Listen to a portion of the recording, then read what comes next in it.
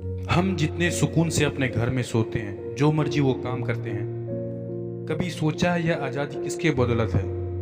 कैसे हम ये बेबाक जिंदगी जी पा रहे हैं? जवाब है भारतीय सेना, जिसकी बदौलत हम इतनी आज़ादी से अपनी ज़िंदगी जी पाते हैं। भारतीय सेना सर्दी हो या गर्मी, हर मौसम में दिन के 24 घंटे हमारी सुरक्षा के लिए दुश्मनी से बॉर्डर पर लड़ने के लिए तैयार रहती है। इंडियन आर्मी की कहानी।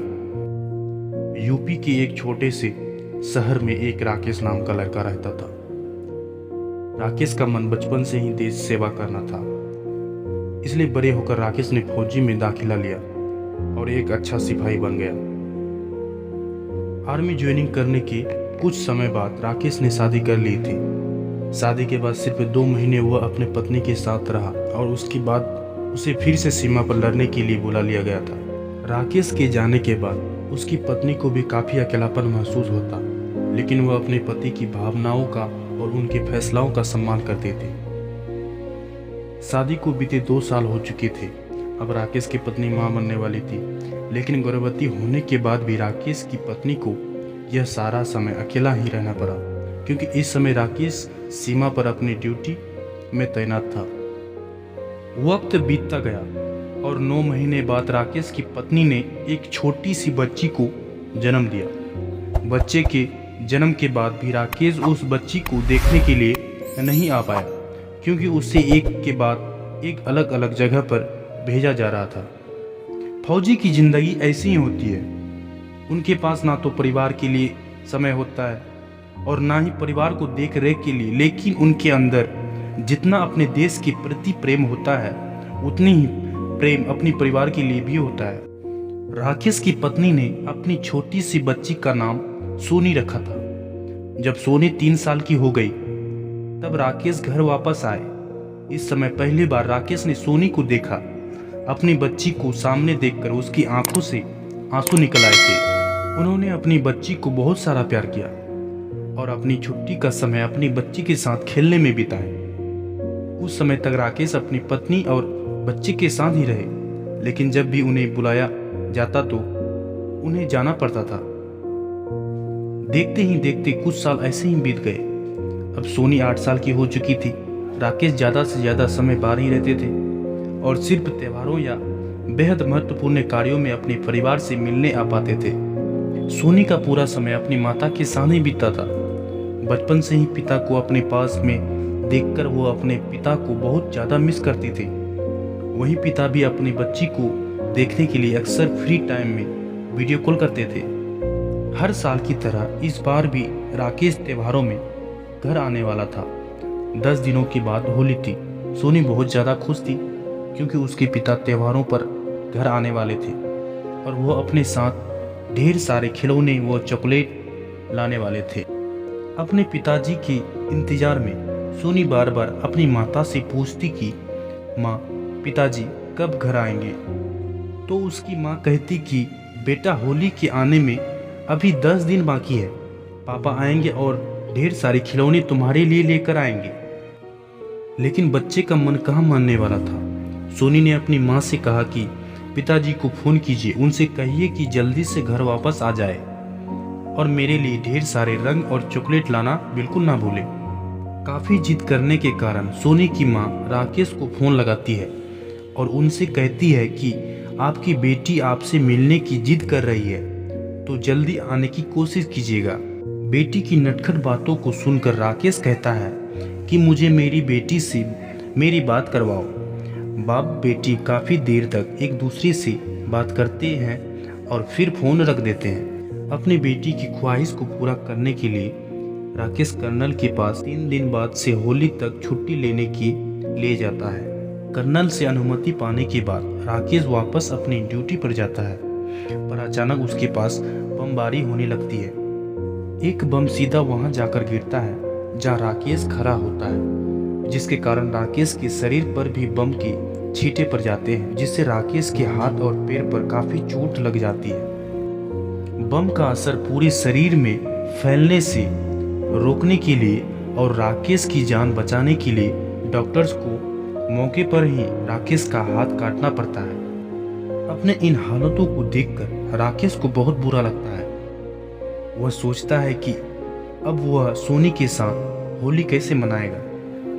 राकेश को इस हालत में देखकर उसकी पत्नी और बच्ची दोनों ही डर जाएंगे, जिसकी वजह से उन दोनों की होली भी खराब हो जाएगी। इन सब बुरे विचारों को सोचते सोचते अचानक राकेश की आंखों में आंसू आ जाते हैं, क्योंकि उसे अपनी बच्ची सोनी के लिए बहुत बुरा लगता है। राकेश सोचता है कि वह अपनी छुट्टी कैंसिल कर ले और घर ना जाए। फौजी में राकेश का एक प्यारा दोस्त होता है। दोस्त का नाम अर्जुन था। अर्जुन के साथ राकेश अपने मन की सारी बातें कहा करता था। राकेश की आंखों में आंसू देखकर अर्जुन से पूछता है कि क्या हुआ राकेश, तुम्हारी आंखों में आंसू क्या हुआ? तब राकेश अर्जुन से कहता है कि तुम तो मेरे हालात से वाकिफ ही हो। मुझे बताओ, अब मैं अपनी नन्ही बच्ची के पास ऐसी हालत में जाऊं तो जाऊं कैसे? मेरी छोटी बच्ची मुझे इस हालत में देखकर रोने लगेगी और मैं नहीं चाहता उसकी होली खराब हो। इसलिए मैं सोच रहा हूँ कि मैं अपनी छुट्टी कैंसिल कर लूँ। राकेश की इन बातों को सुनकर अर्जुन उससे कहता है कि तुम्हें अपनी छुट्टी कैंसिल नहीं करनी चाहिए, क्योंकि तुम्हारा यह हाथ तुम्हारी हकीकत है और कभी ना कभी यह तुम्हारे परिवार को जरूर पता चलेगी। इसलिए तुम्हें छुट्टी लेकर घर जरूर जाना चाहिए। ऐसा इसलिए भी जरूरी है क्योंकि अगर तुम अपने परिवार को खुद के बारे में नहीं बताओगे, पर उन्हें यह बात किसी और से पता चलेगी, तो उन्हें बहुत बुरा लगेगा। अर्जुन राकेश को यह भी कहता है कि राकेश घर जाने पर तुम्हारा परिवार तुम्हें इस हालत में देखकर रोएगा, परेशान होगा, लेकिन तुम्हें समय रखते हुए उन्हें हौसला देना है। अर्जुन की इन बातों को सुनकर राकेश घर जाने के लिए मान जाता है। राकेश अर्जुन को उसका हौसला बढ़ाने के लिए और इस मुश्किल घड़ी में साथ देने के लिए उसे शुक्रिया कहकर उसी शाम को ट्रेन पकड़कर अपने घर के लिए निकल जाता है। ट्रेन के पूरे सफर के दौरान उसके मन में बस यही बात चल रही होती है कि उसके परिवार वाले उसकी हालत को देखकर क्या प्रतिक्रिया देंगे। यह सोच सोचकर राकेश को बहुत चिंता होती है, लेकिन वह किसी तरह स्टेशन से अपने घर जाता है और घर जाकर घर के दरवाजों को खटखटाता है और आवाज देते हुए कहता है कि सोनी, मैं आ गया हूँ, आकर दरवाजा खोलो। अपने पिता की आवाज को सुनते ही सोनी दौड़ते हुए दरवाजे के पास आती है और दरवाजा खोलती है। सोनी की माँ भी उसके साथ ही आती है। राकेश एक हाथ से अपना सूटकेस उठाए हुए होते हैं और अपने कटे हुए हाथ को अपने पीठ के पीछे छुपा लेते हैं। अपने पिता को अपने सामने देखकर सोनी बहुत खुश हो जाती है और खुशी से चिल्लाने लगती है, पर जब वो देखती है उसके पिताजी ने एक हाथ पीछे छुपा रखता है, तो वह अपने पिता से कहती है कि पिताजी, आपने पीछे क्या छुपा रखा है, बताओ बताओ। सोनी को मानो ऐसा लगता है कि वह उसके लिए कोई सरप्राइज लेकर आए हैं, जिससे सोचकर वो मन ही मन खुशी होने लगती है। तब राकेश प्यार से कहते हैं, बेटा बताता हूँ, पहले अंदर चलो। लेकिन सोनी कहाँ किसी को सुनने वाली थी। उसने राकेश की बात नहीं मानी और जिद करने लगी।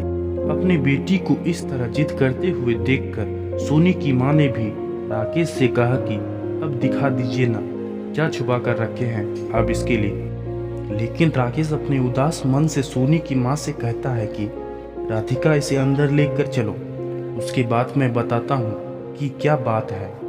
राकेश की बात को सुनकर सोनी की माँ सोनी को समझाते हुए कहती है कि बेटा, तुम्हारे पिताजी काफ़ी लंबे सफ़र तय करके आए हैं, इसकी वजह से बहुत थक गए हैं। अपने पिताजी को अंदर आने दो और थोड़ा आराम करने दो, उसके बाद तुम खुद देख लेना कि वह तुम्हारे लिए क्या लाए हैं। राकेश, सोनी और उसकी माँ तीनों ही घर के अंदर चले आते हैं और घर के अंदर आने के बाद राकेश सोनी को कहता है कि बेटा, अब थोड़ा देर के लिए अपने कमरे में चले जाओ कि माँ से कुछ ज़रूरी बात करनी है। अपने पिता की बात सुनकर सोनी एक अच्छी बच्ची की तरह अपने कमरे में चले जाती है। अब राकेश सोनी की माँ से कहता है कि राधिका, मैंने तुम्हें सोनी से अलग इसलिए बात करने के लिए बुलाया है ताकि तुम्हें मेरी परेशानियों को समझ सको, क्योंकि मेरी परेशानियों को जानने के बाद अगर तुम ही परेशान होकर रोने लगोगी तो सोनी को कौन समझाएगा। राकेश की इन बातों को सुनकर सोनी की माँ घबरा जाती है और पूछती है कि क्या हुआ, आप इतने परेशान क्यों हैं? आप अपनी परेशानी मुझे बताइए। अपनी पत्नी की इन बातों को सुनकर राकेश उसे कहता है कि देखो तुम रोना मत, क्योंकि तुम्हें खुद को संभालना होगा। यह कहता हुआ वह अपना कटा हुआ हाथ उसे दिखाता है। अपने पति की इस हालत को देखकर राकेश की पत्नी की आंखों से आंसू गिरने लगती है। वह बहुत रोने लगती है। राकेश कहता है देखो अगर तुम ऐसे रोओगी तो सोनी को कौन समझाएगा, कौन उसे संभालेगा। फिर राकेश अपनी इस दुर्घटना की पूरी जानकारी अपनी पत्नी के साथ साझा करता है। कुछ देर बाद उसकी पत्नी शांत होती है और उसे एहसास होती है कि अब रोने से कुछ नहीं होगा। राकेश अपनी पत्नी से कहता है कि हमें यह सोनी को यह बात प्यार से समझानी होगी कि यही अब हकीकत है और हमें इस बात का दुख माने बिना इसे स्वीकार करना होगा। अपनी पत्नी को समझाने के बाद राकेश अपनी बेटी सोनी को अंदर बुलाता है। राकेश सोनी को सारे गिफ्ट देते हैं जो वह उसके लिए लेकर आए थे। इसमें सोनी के पसंदीदा खिलौने भी थे और वह उन खिलौनों से खेलने लगती है। पर कुछ पल भर बाद सोनी को अपने पिता का कटा हुआ हाथ दिख जाता है और जोर से चिल्लाते हुए सोनी रोने लगती है। यह देखकर राकेश और सोनी की माँ दोनों प्यार से उस बच्ची के सिर को सहलाते हुए उसे चुप कराते हैं। फिर सोनी की माँ कहती है क्या हुआ बेटा, पापा तुम्हारे पसंद के खिलौने लाने भूल गए क्या?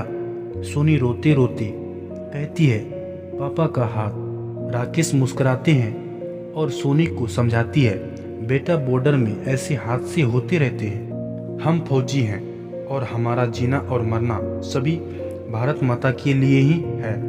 हमें यहाँ तक नहीं पता होता है कि हम अगले पल कहाँ रहेंगे, क्या हम अपने परिवार के पास जिंदा लौटेंगे या नहीं। हमें पूरे निष्ठा के साथ अपने कर्तव्य को निभाना होता है। हमारे परिवार और तीज त्योहारों से ज़्यादा जरूरी देश की सुरक्षा करना है और देश के ऊपर तो हम मर मिटने के लिए तैयार हैं। तुम एक बहादुर लड़की हो और तुम्हें परेशानियों को देखकर घबराना नहीं चाहिए बल्कि उसका सामना करना चाहिए। अब जो बीत गया है उस पर ध्यान देकर हम आने वाले सुख को क्यों खराब करें। जीवन में सुख का आना जाना लगा रहता है पर इंसान को विपत्ति के समय घबराना बिल्कुल नहीं चाहिए। राकेश के इन शब्दों को सुनकर सोनी चुप हो जाती है और कहती है पापा मैं भी आपकी तरह देश की सेवा करूंगी और बॉर्डर पर जाऊंगी। यह सुनकर राकेश कहता है बेटा मुझे गर्व है कि मैं तुम्हारी जैसा बहादुर लड़की का पिता हूँ। दोस्तों उम्मीद है कि आपको यह कहानी पसंद आई होगी। अगर आप इस तरह की कहानी पसंद करते हैं तो हमारे राहुल हिंदी स्टोरी नोटिफिकेशन को ऑन कर दीजिए जिससे आपको कहानी की लेटेस्ट अपडेट मिलती रहे और आप इसे अपने दोस्तों के साथ भी ज़रूर शेयर कर दीजिए।